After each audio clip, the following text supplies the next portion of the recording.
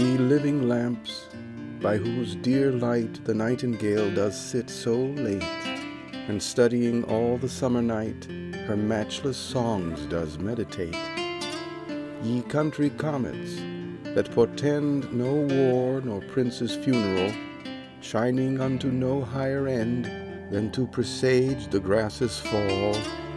Ye glowworms, whose officious flame to wandering mowers shows the way, that in the night have lost their aim, and after foolish fires do stray.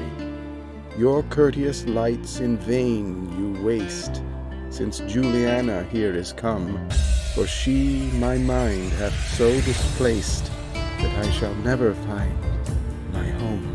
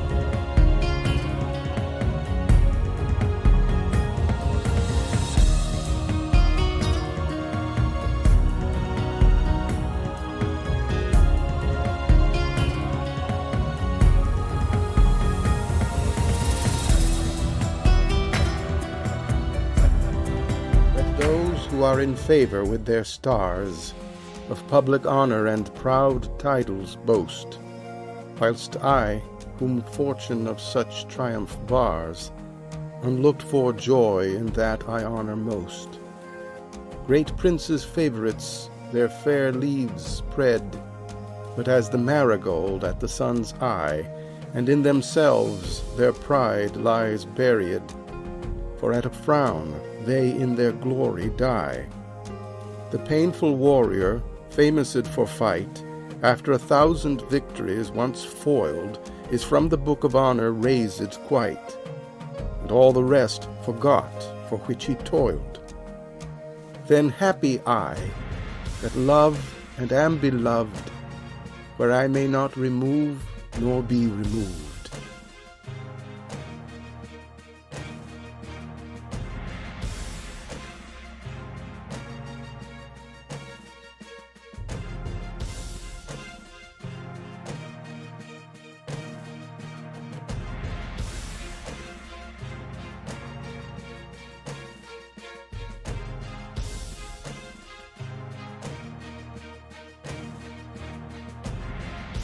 The time I've lost in wooing, in watching and pursuing the light that lies in woman's eyes, has been my heart's undoing.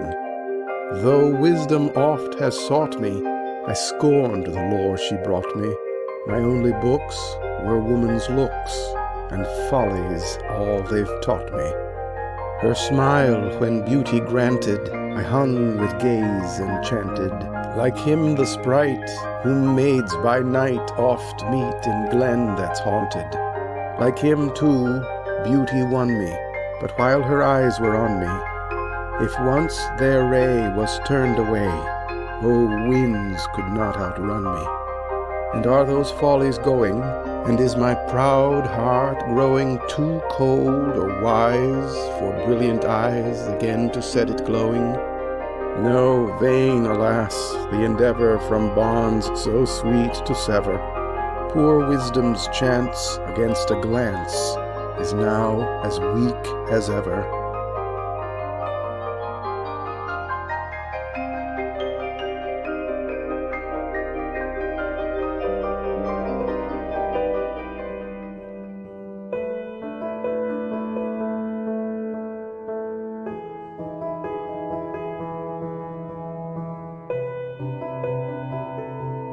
Absence, hear thou my protestation against thy strength, distance, and length.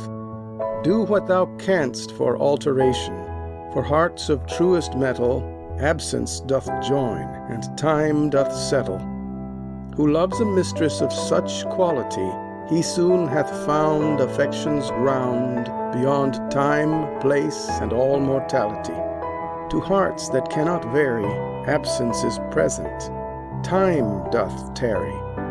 My senses want their outward motions, which now within reason doth win, redoubled in her secret notions, like rich men that take pleasure more in hiding than in handling treasure.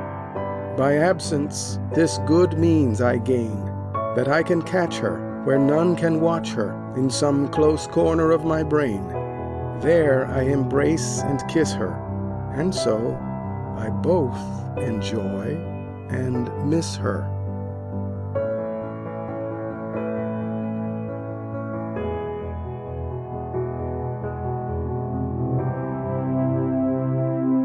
Let others sing of knights and paladins in aged accents and untimely words, paint shadows in imaginary lines, which well the reach of their high wits records.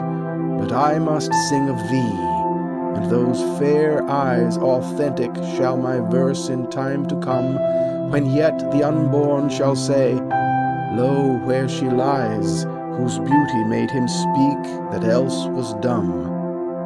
These are the arks, the trophies I erect, that fortify thy name against old age, and these thy sacred virtues must protect against the dark and time's consuming rage. Though the error of my youth they shall discover, suffice they show I lived and was thy lover.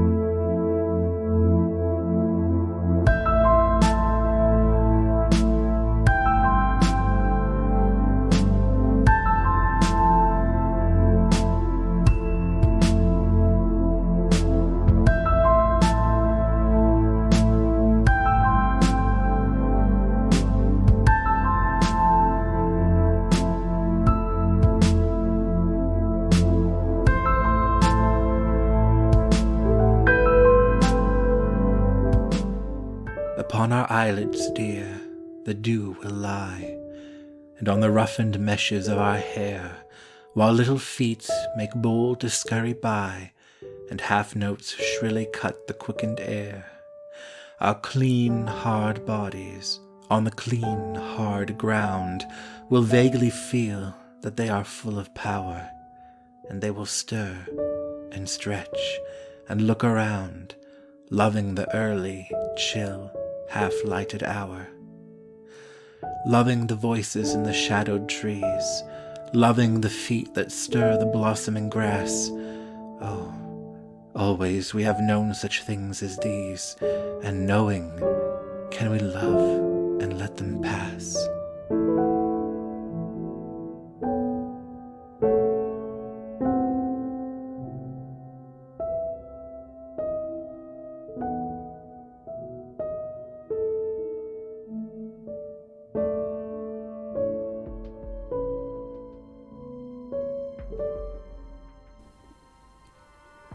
Tyger, Tyger, burning bright in the forests of the night, what immortal hand or eye could frame thy fearful symmetry?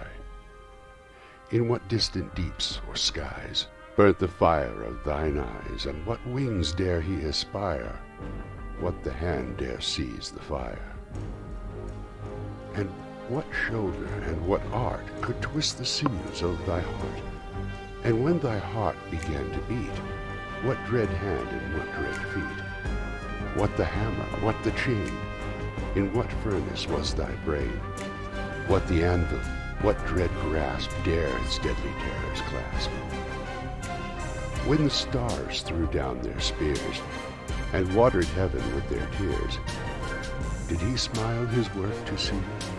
Did he who made the lamb make thee? Tyger, Tyger, burning bright in the forests of the night, what immortal hand or eye dare frame thy fearful symmetry?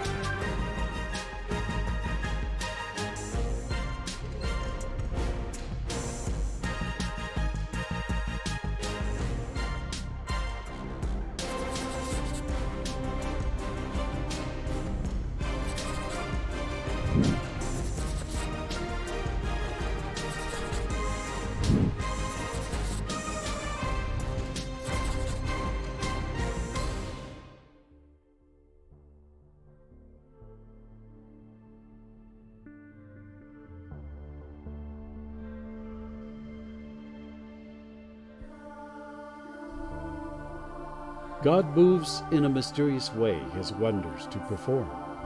He plants his footsteps in the sea and rides upon the storm. Deep in unfathomable mines of never-failing skill, he treasures up his vast designs and works his sovereign will. Ye fearful saints, fresh courage take. The clouds ye so much dread are big with mercy, and will break in blessings on your head. Judge not the Lord by feeble sense, but trust him for his grace. Behind a frowning providence he hides a smiling face. His purposes will ripen fast, unfolding every hour. The bud may have a bitter taste, but sweet will be the flower. Blind unbelief is sure to err, and scan his work in vain. God is his own interpreter, and he will make it plain.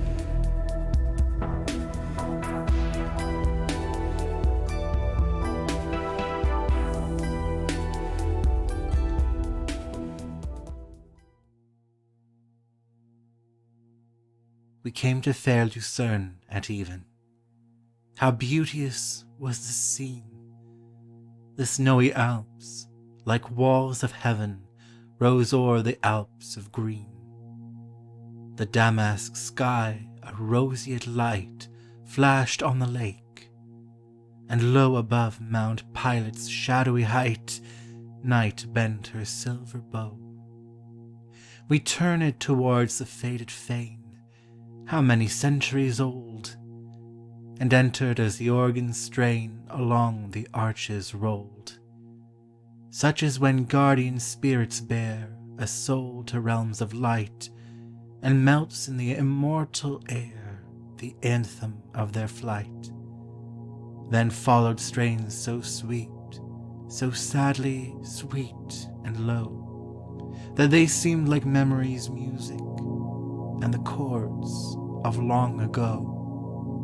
A light wind seemed to rise, a deep gust followed soon, as when a dark cloud flies across the sun at noon. It filled the aisles, each drew his garments round his form. We could not feel the wind that blew, but only hear the storm. Then we cast a curious eye towards the window's lights, and saw the lake serenely lie beneath the crystal heights. Fair rose the Alps of white above the Alps of green. The slopes lay bright in the sun of night, and the peaks in the sun unseen. A deep sound shook the air, as when the tempest breaks upon the peaks, while sunshine fair is dreaming in the lakes. Then like a fateful wing there rose a wind so drear, its troubled spirit seemed to bring the shades of darkness near. We looked towards the windows old. Calm was the eve of June. On the summits shone the twilight's gold, and on Pilate shone the moon. A sharp note's lightning flash upturned the startled face, when a mighty thunder crash with horror filled the place. From arch to arch the peal was echoed loud and long. Then o'er the pathway seemed to steal another seraph's song. And mid the thunder's crash and the song's enraptured flow, we still could hear, with charmed ear, the organ playing low. As past the thunder peal came raindrops falling near, a rain one could not feel, a rain that smote the ear. And we turned to look again towards the mountain wall, when a deep tone shook the fane like the avalanche's fall. Loud piped the wind, fast poured the rain. The very earth seemed riven and wildly flashed, and yet again the smiting fires of heaven. And cheeks that wore the light of smiles when slowly rose the gale, like pulseless statues lined the aisles, and, as forms of marble, pale. The organ's undertones still sounded sweet and low, and the calm of a more than mortal trust with the rhythms seemed to flow. The master's mirrored face was lifted from the keys, as if more holy was the place as he touched the notes of peace. Then the sympathetic reeds, the sweet enchantment wrought, as the senses met the needs and the touch of human thought. The organ whispered sweet, the organ whispered low, "Fear not, God's love is with thee, though tempests round thee blow." And the soul's grand power 'twas ours to trace, and its deathless hopes discern, as we gazed that night on the living face of the organ of Lucerne. Then from the church it passed, that strange and ghostly storm, and a parting beam the twilight cast through the windows bright and warm. The music grew more clear, our gladdened pulses swaying, when alpine horns we seemed to hear on all the hillsides playing. We left the church. How fair stole on the eve of June, cool Rigi in the dusky air, the low descending moon. No breath the lake cerulean stirred, no cloud could I discern. The Alps were silent, we had heard the organ of Lucerne. Soon passed the night, the high peak shone a wall of glass and fire, and morning, from her summer zone, illumined tower and spire. I walked beside the lake again, along the alpine meadows, then sought the old melodious fane beneath the Rigi's shadows. The organ, spanned by arches quaint, rose silent, cold, and bare, like the pulseless tomb of a vanished saint. The master was not there, but the soul's grand power 'twas mine to trace, and its deathless hopes discern, as I gazed that morn on the still, dead face of the organ of Lucerne.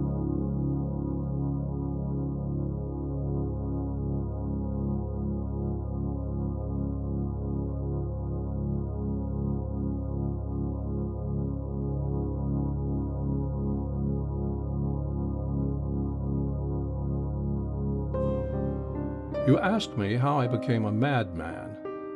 It happened thus. One day, long before many gods were born, I awoke from a deep sleep and found all my masks were stolen. The 7 masks I have fashioned and worn in 7 lives. I ran maskless through the crowded streets, shouting, "Thieves, thieves, the cursed thieves!" Men and women laughed at me, and some ran to their houses in fear of me. And when I reached the marketplace, a youth standing on a housetop cried, "He is a madman!" I looked up to behold him. The sun kissed my own naked face for the first time. For the first time the sun kissed my own naked face, and my soul was inflamed with love for the sun, and I wanted my masks no more. And as if in a trance, I cried, "Blessed, blessed are the thieves who stole my masks." Thus I became a madman, and I have found both freedom and safety in my madness, the freedom of loneliness and the safety from being understood, for those who understand us enslave something in us.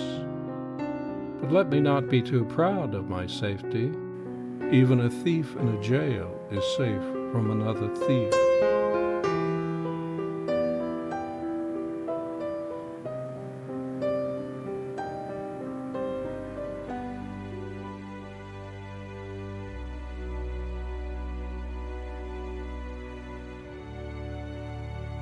The church has waited long her absent Lord to see, and still in loneliness she waits, a friendless stranger she.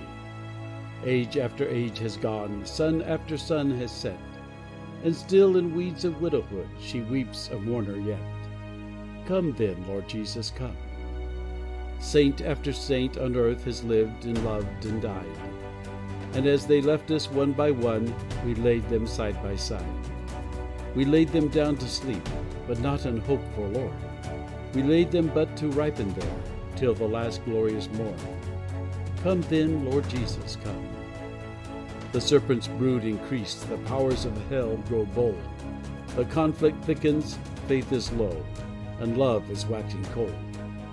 How long, O Lord our God, holy and true and good, wilt thou not judge thy suffering church, her sighs and tears and blood? Come then, Lord Jesus, come. We long to hear thy voice, to see thee face to face, to share thy crown and glory then, and now we share thy grace. Should not the loving bride the absent bridegroom mourn? Should she not wear the weeds of grief until her Lord return? Come then, Lord Jesus, come. The whole creation groans and waits to hear that voice that shall restore her comeliness and make her wastes rejoice. Come, Lord, and wipe away the curse, the sin, the stain, and make this blighted world of ours thine own fair world again. Come then, Lord Jesus, come.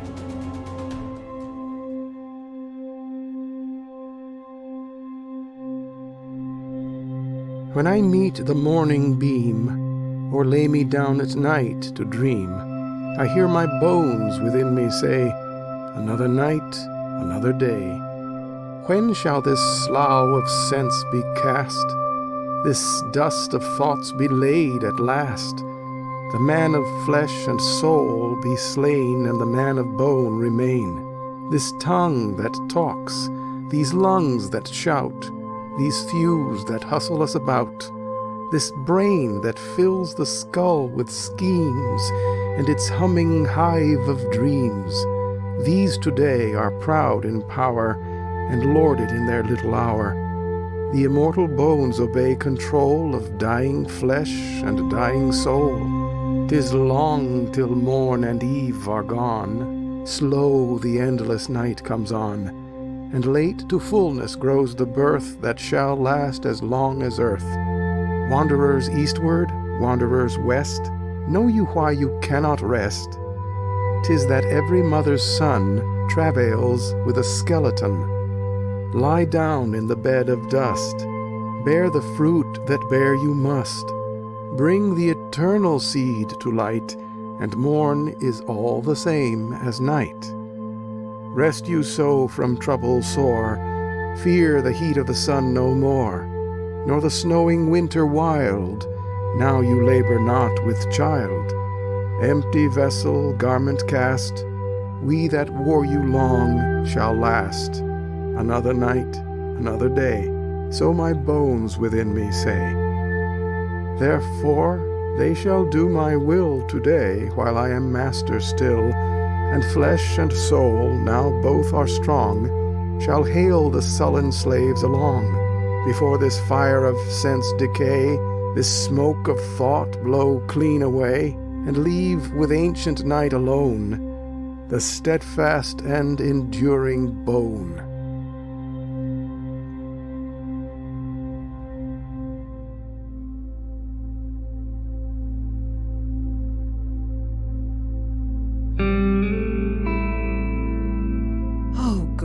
Who rulest o'er earth, be merciful to me. Amid this din and mirth, calls thy poor child to thee, who by wild billows tossed is but of them the sport. Lord, let me not be lost. Lord, guide me to the port. In such a fight I know but one whose counsels cheer. O Father, it is thou, so distant, yet so near. With love I'll cling to thee, supported by thy hand. Do not abandon me on this world's desert strand.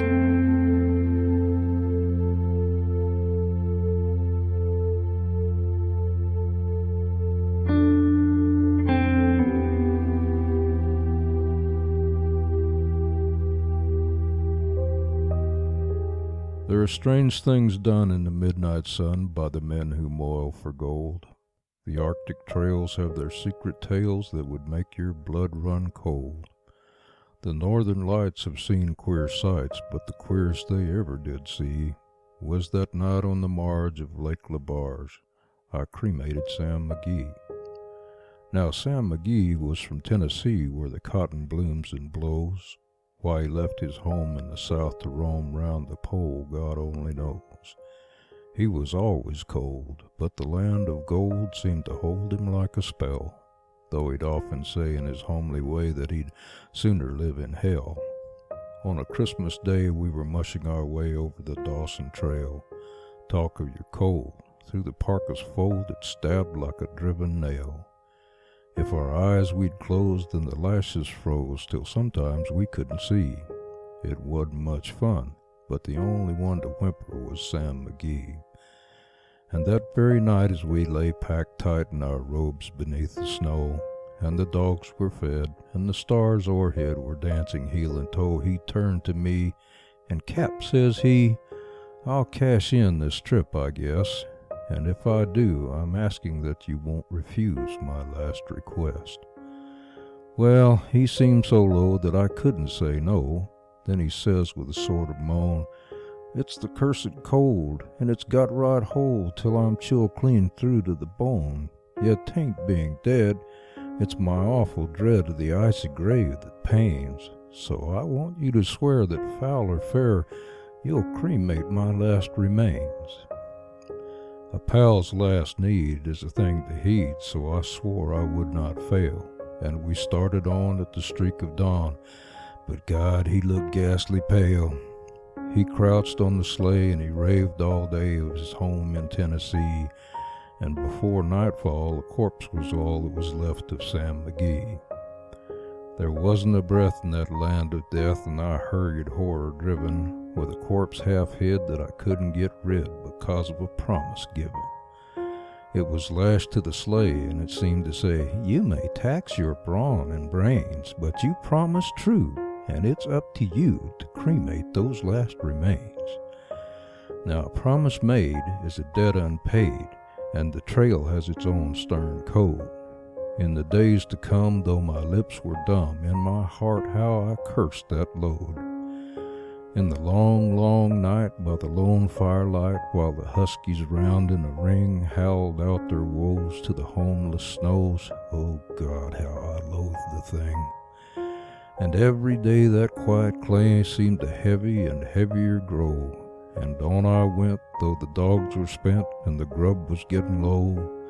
The trail was bad, and I felt half mad, but I swore I would not give in, and I'd often sing to the hateful thing, and it hearkened with a grin.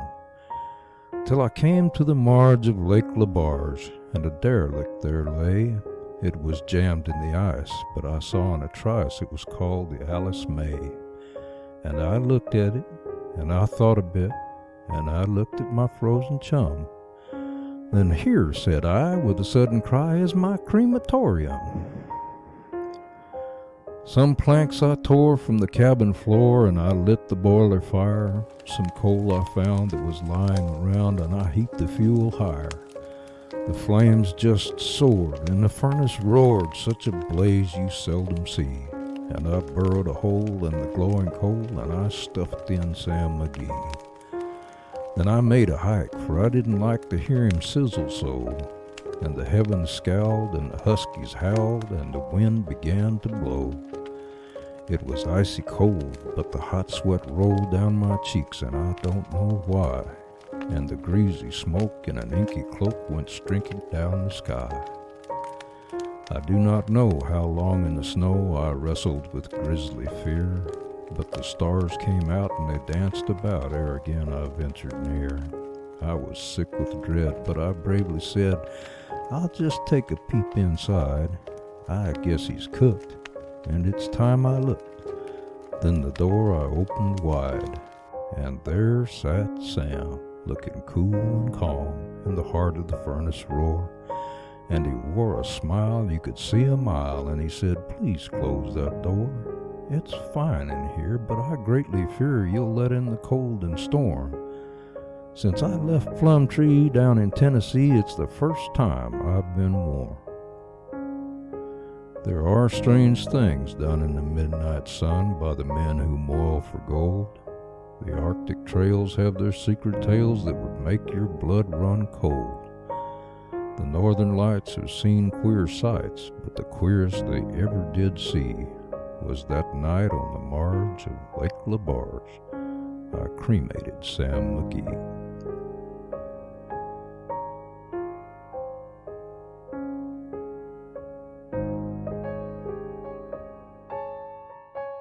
Two roads diverged in a yellow wood, and sorry I could not travel both and be one traveler. Long I stood and looked down one as far as I could to where it bent in the undergrowth, then took the other as just as fair, and having perhaps the better claim because it was grassy and wanted wear, though as for that the passing there had worn them really about the same. And both that morning equally lay in leaves no step had trodden black. Oh, I kept the first for another day, yet knowing how way leads on to way, I doubted if I should ever come back. I shall be telling this with a sigh somewhere ages and ages hence. Two roads diverged in a wood, and I took the one less traveled by, and that has made all the difference.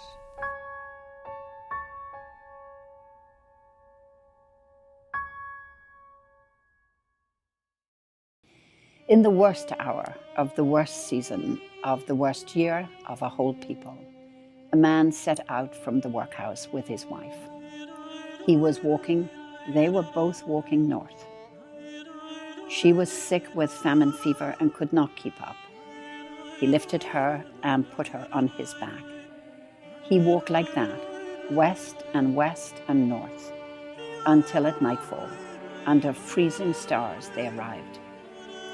In the morning, they were both found dead, of cold, of hunger, of the toxins of a whole history. But her feet were held against his breastbone. The last heap of his flesh was his last gift to her. Let no love poem ever come to this threshold. There is no place here for the inexact praise of the easy graces and sensuality of the body. There is only time for this merciless inventory. Their death together in the winter of 1847. Also, what they suffered, how they lived, and what there is between a man and woman, and in which darkness it can best be proved.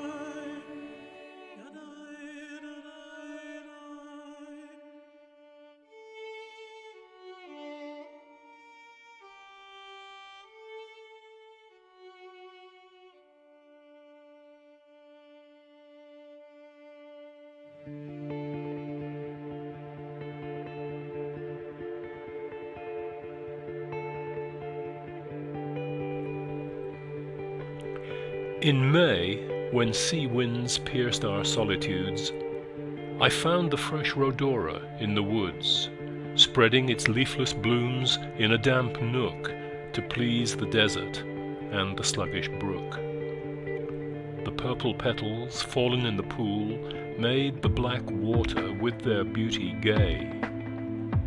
Here might the redbird come, his plumes to cool, and court the flower that cheapens his array. Rhodora, if the sages ask thee why this charm is wasted on the earth and sky, tell them, dear, that if eyes were made for seeing, then beauty is its own excuse for being. Why thou wert there, O rival of the rose, I never thought to ask, I never knew, but in my simple ignorance, suppose the self-same power that brought me there brought you. Whether on Ida's shady brow, or in the chambers of the east, the chambers of the sun, that now from ancient melody have ceased, whether in heaven ye wander fair, or the green corners of the earth, or the blue regions of the air, where the melodious winds have birth, whether on crystal rocks ye rove, beneath the bosom of the sea, wandering in many a coral grove. Fair Nine, forsaking poetry, how have you left the ancient love that bards of old enjoyed in you? The languid strings do scarcely move, the sound is forced, the notes are few.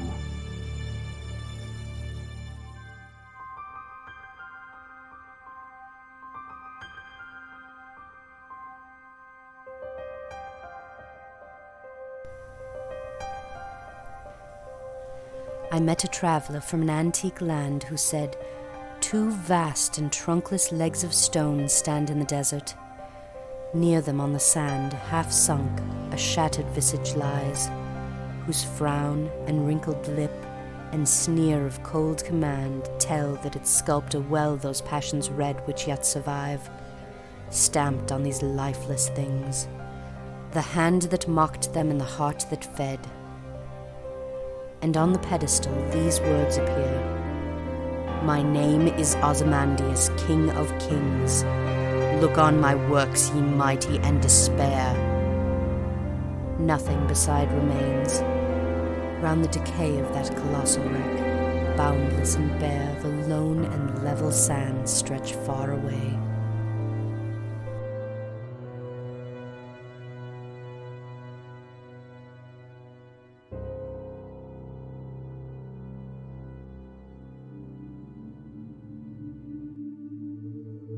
To S.M., a young African painter, on seeing his works. To show the labouring bosom's deep intent, and thought in living characters to paint, when first thy pencil did those beauties give, and breathing figures learnt from thee to live, how did those prospects give my soul delight, a new creation rushing on my sight? Still, wondrous youth, each noble path pursue, on deathless glories fix thine ardent view. Still may the painter's and the poet's fire to aid thy pencil and thy verse conspire, and may the charms of each seraphic theme conduct thy footsteps to immortal fame. High to the blissful wonders of the skies elate thy soul, and raise thy wishful eyes. Thrice happy, when exalted to survey that splendid city crowned with endless day, whose twice 6 gates on radiant hinges ring, celestial Salem blooms in endless spring. Calm and serene thy moments glide along, and may the muse inspire each future song. Still with the sweets of contemplation blest, may peace with balmy wings your soul invest. But when these shades of time are chased away, and darkness ends in everlasting day, on what seraphic pinions shall we move, and view the landscapes in the realms above? There shall thy tongue in heavenly murmurs flow, and there my muse with heavenly transport glow. No more to tell of Damon's tender sighs, or rising radiance of Aurora's eyes, for nobler themes demand a nobler strain, and pure language on th' ethereal plain. Cease, gentle muse, the solemn gloom of night now seals the fair creation from my sight.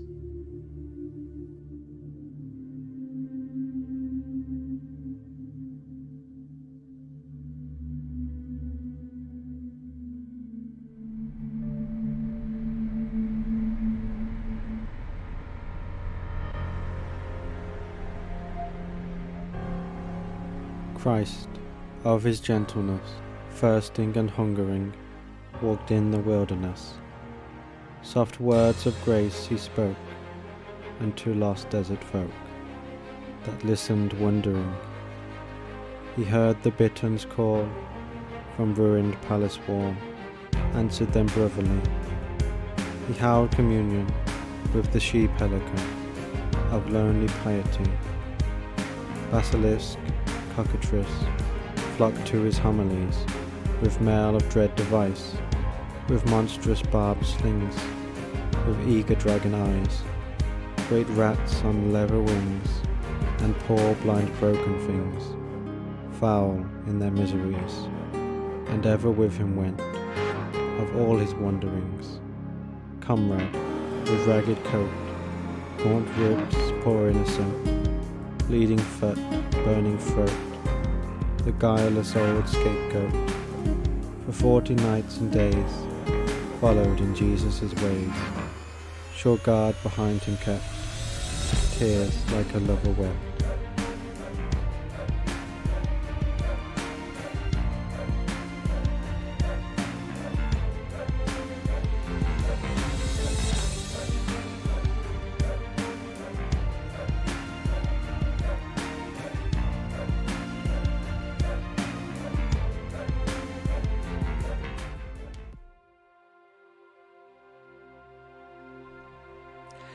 Not like the brazen giant of Greek fame, with conquering limbs astride from land to land. Here, at our sea-washed sunset gates shall stand a mighty woman with a torch, whose flame is the imprisoned lightning, and her name, Mother of Exiles. From her beacon hand glows worldwide welcome. Her mild eyes command the air-bridged harbor that twin cities frame. Keep ancient lands your storied pomp, cries she with silent lips. Give me your tired, your poor, your huddled masses yearning to breathe free, the wretched refuse of your teeming shore. Send these, the homeless, tempest-tossed, to me. I lift my lamp beside the golden door.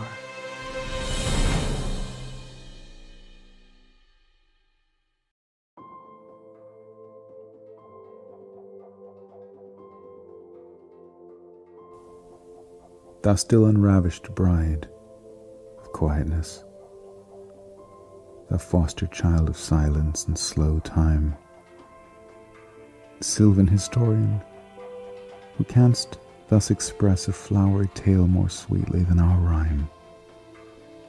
What leaf-fringed legend haunts about thy shape of deities or mortals or both, in Tempe or the dales of Arcady?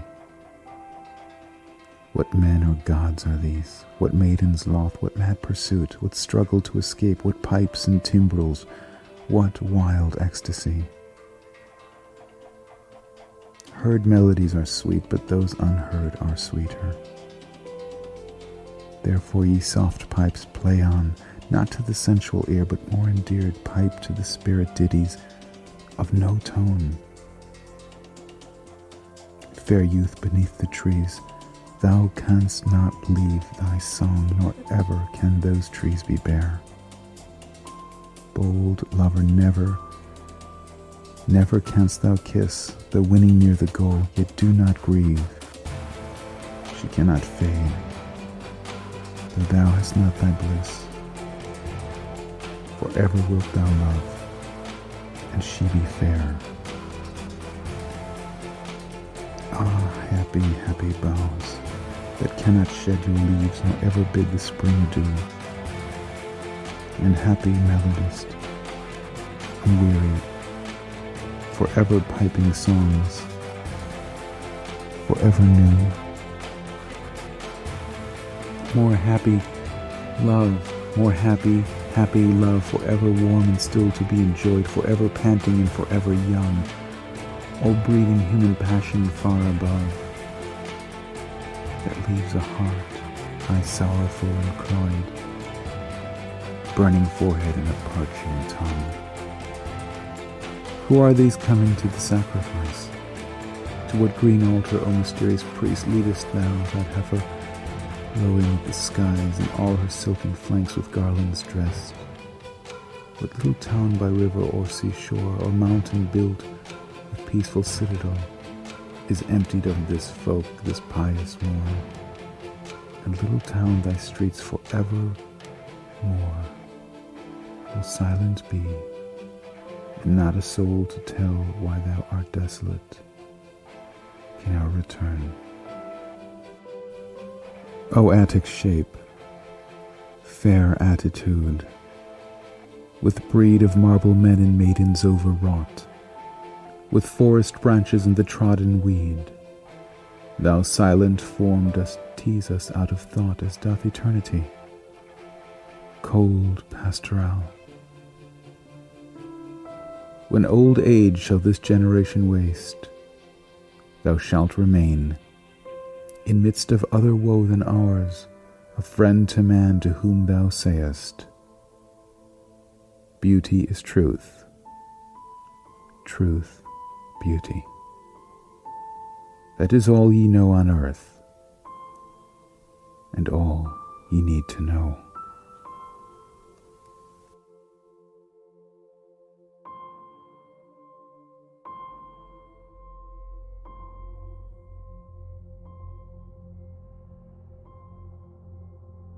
What the heart of the young man said to the psalmist. Tell me not in mournful numbers, life is but an empty dream, for the soul is dead that slumbers, and things are not what they seem. Life is real, life is earnest, and the grave is not its goal. Dust thou art, to dust returnest, was not spoken of the soul. Not enjoyment and not sorrow is our destined end or way, but to act, that each tomorrow find us farther than today. Art is long, and time is fleeting, and our hearts, though stout and brave, still, like muffled drums, are beating funeral marches to the grave. In the world's broad field of battle, in the bivouac of life, be not like dumb, driven cattle. Be a hero in the strife. Trust no future, however present. Let the dead past bury its dead. Act, act in the living present. Hearts within and God o'erhead.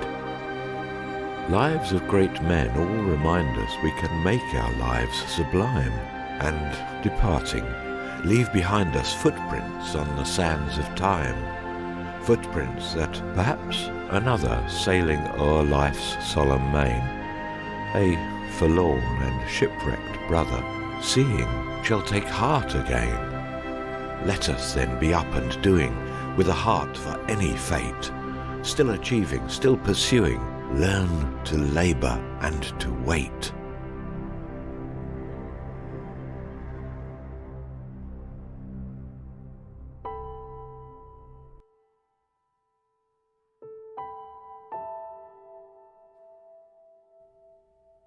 When I consider how my light is spent, ere half my days in this dark world and wide, and that one talent, which is death to hide, lodged with me useless, though my soul more bent to serve therewith my Maker, and present my true account, lest he returning chide, doth God exact day labour like denied, I fondly ask.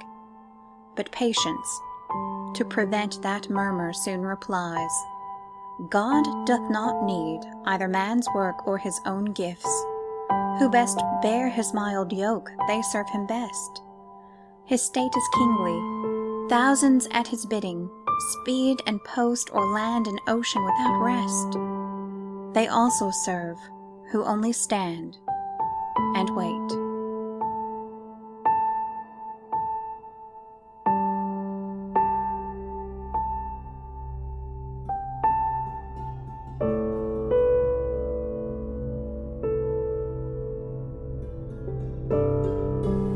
Death, be not proud, though some have called thee mighty and dreadful, for thou art not so. For those whom thou think'st thou dost overthrow die not, poor death, nor yet canst thou kill me. From rest and sleep, which but thy picture be, much pleasure, then from thee much more must flow, and soonest our best men with thee do go, rest of their bones, and soul's delivery. Thou art slave to fate, chance, kings, and desperate men, and dost with poison, war, and sickness dwell, and poppy or charms can make us sleep as well and better than thy stroke. Why swell'st thou then? One short sleep past, we wake eternally, and death shall be no more. Death, thou shalt die.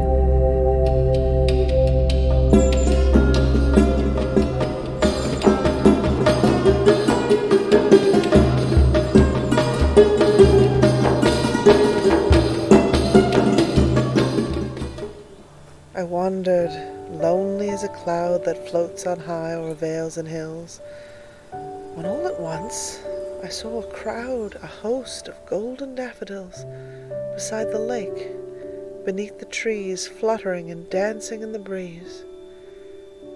Continuous as the stars that shine and twinkle on the Milky Way, they stretched in never-ending line along the margin of a bay. 10,000 saw I at a glance, tossing their heads in sprightly dance. The waves beside them danced, but they outdid the sparkling waves in glee. A poet could not be but gay in such a jocund company. I gazed and gazed, but little thought what wealth the show to me had brought. For oft when on my couch I lie in vacant or in pensive mood, they flash upon that inward eye, which is the bliss of solitude, and then my heart with pleasure fills and dances with the daffodils.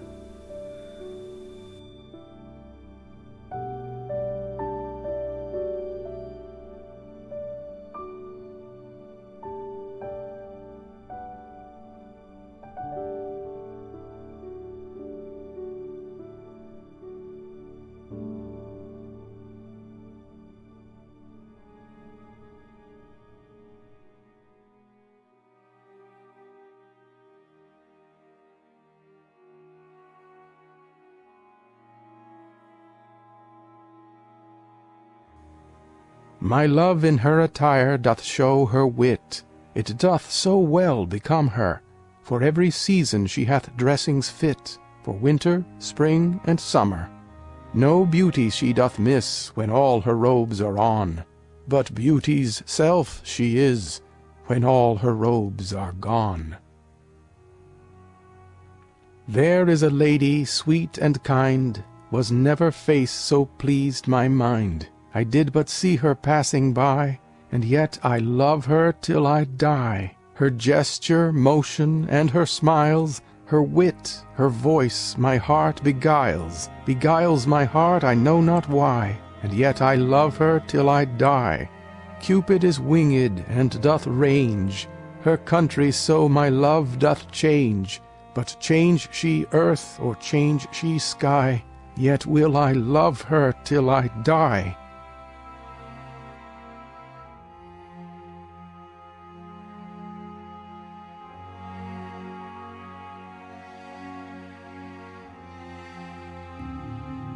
A Farewell to America, to Mrs. S.W.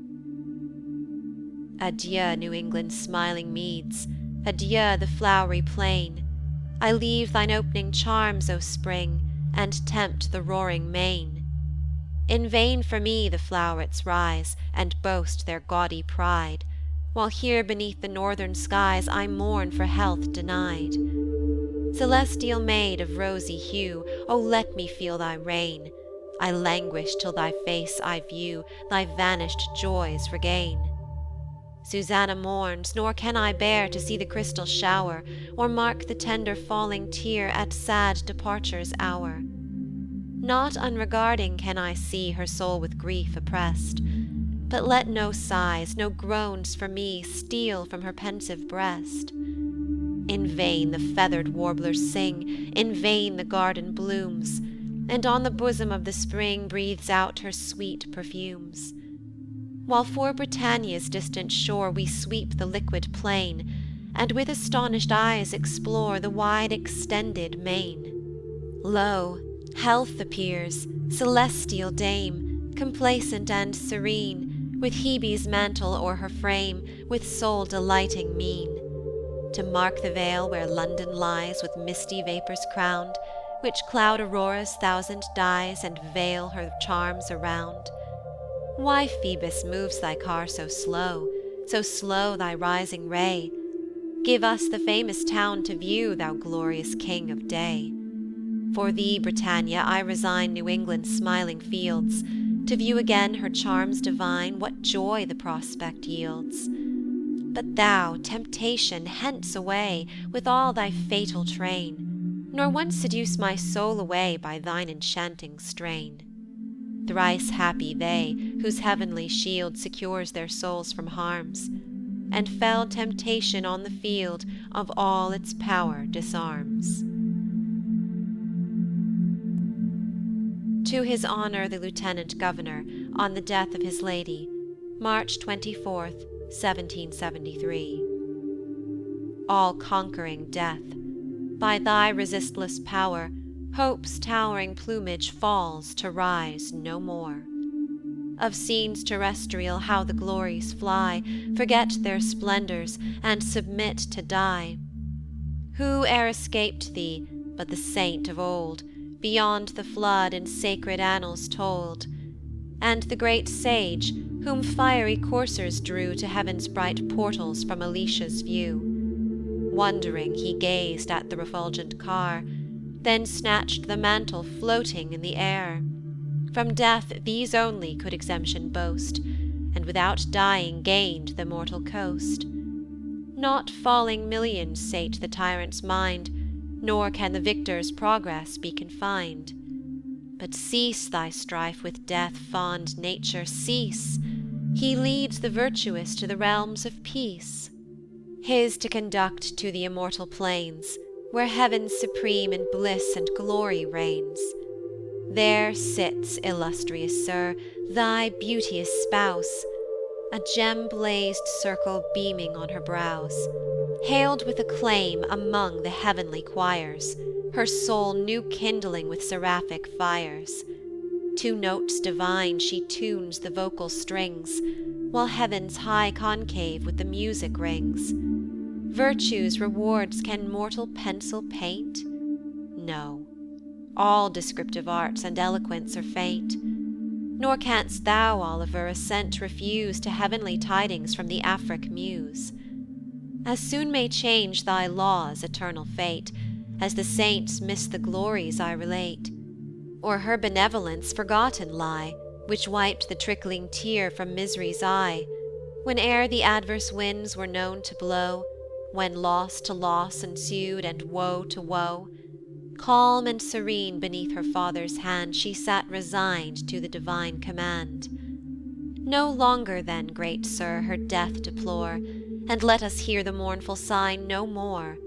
Restrain the sorrow streaming from thine eye, be all thy future moments crowned with joy, nor let thy wishes be to earth confined, but soaring high pursue the unbodied mind.